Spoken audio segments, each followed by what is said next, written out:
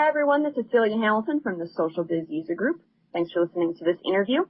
Today I'm talking to Steve Ives. Steve is the chairman and board member of Team Studio Group and co-founder of London-based mobile security startup HoverKey. Steve is also speaking at the upcoming Collaboration Stack community event on March 21st in London. Steve, welcome. Thanks for joining me today. You're welcome, Celia. Good to talk to you. You're presenting on mobility with Gabriella Davis at the upcoming Collaboration Stack community event. What do you think is the biggest stumbling block for companies as they go mobile, and how do you advise that they address it? Well, we see that companies make pretty rapid progress when they're connecting their mobile users into email and calendaring services, the standard kinds of apps. But they have quite a lot more difficulty when they try and convert mobile users over to some of the more customized applications that they might be running, for example, on their laptops in their sales force or their field service force. And these applications support specific business processes, and quite a lot more work is needed to get these moved over to, say, tablet devices. And often there's a lack of understanding in the IT department of what's happening at the front line of the business and how these applications work, because these applications have often been outsourced to specialists or to developers in India or whatever the particular arrangements in that particular organization. So it's quite hard for the IT department to move in and mobilize these, often the most important applications in the business. So how do they address that? Well, I think it needs, it's a combination of it. I think for custom applications, there needs to be a new generation of IT business analysts who are mobile savvy and they're embedded in the business. And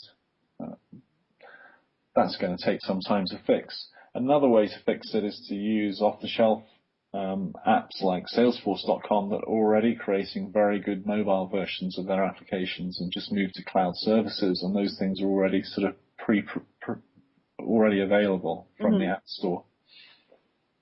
And your startup HoverKey is dedicated to mobile security.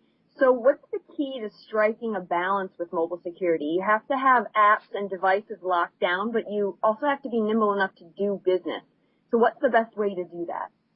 Well, it really depends on the business and the nature of the information that you're safeguarding. So for someone that's running a credit card business, for example, if you're going to connect mobile devices to your network, you'll need two-factor authentication, and it's mandatory in the US and the UK. There are regulatory requirements for companies running that kind of business. Mm-hmm.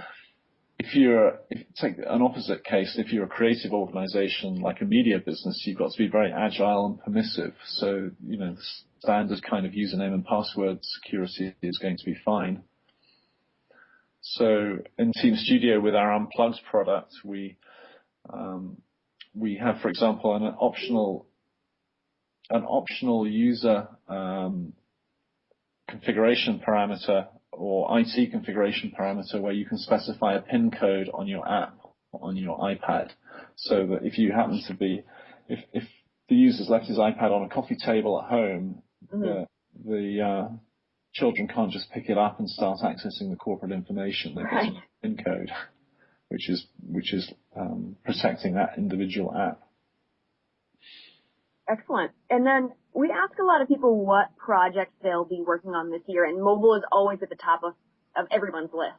So in your opinion, what advancements will we see in the mobile space this year?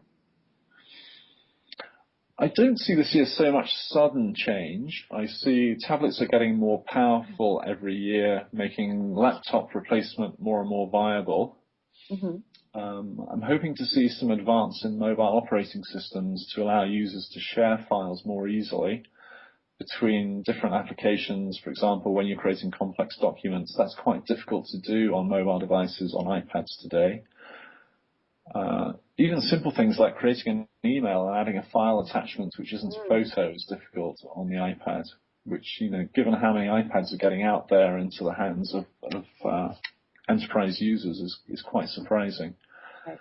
I also see a greater emphasis on apps that sync and allow full offline mode. So our own Team Studio Unplugged application does that very nicely. You've got other cloud services like Firebase that make it easy to create applications that do that. And it's very important for the mobile workforce to be able to get to their information, whatever the network conditions. So this syncing is very important.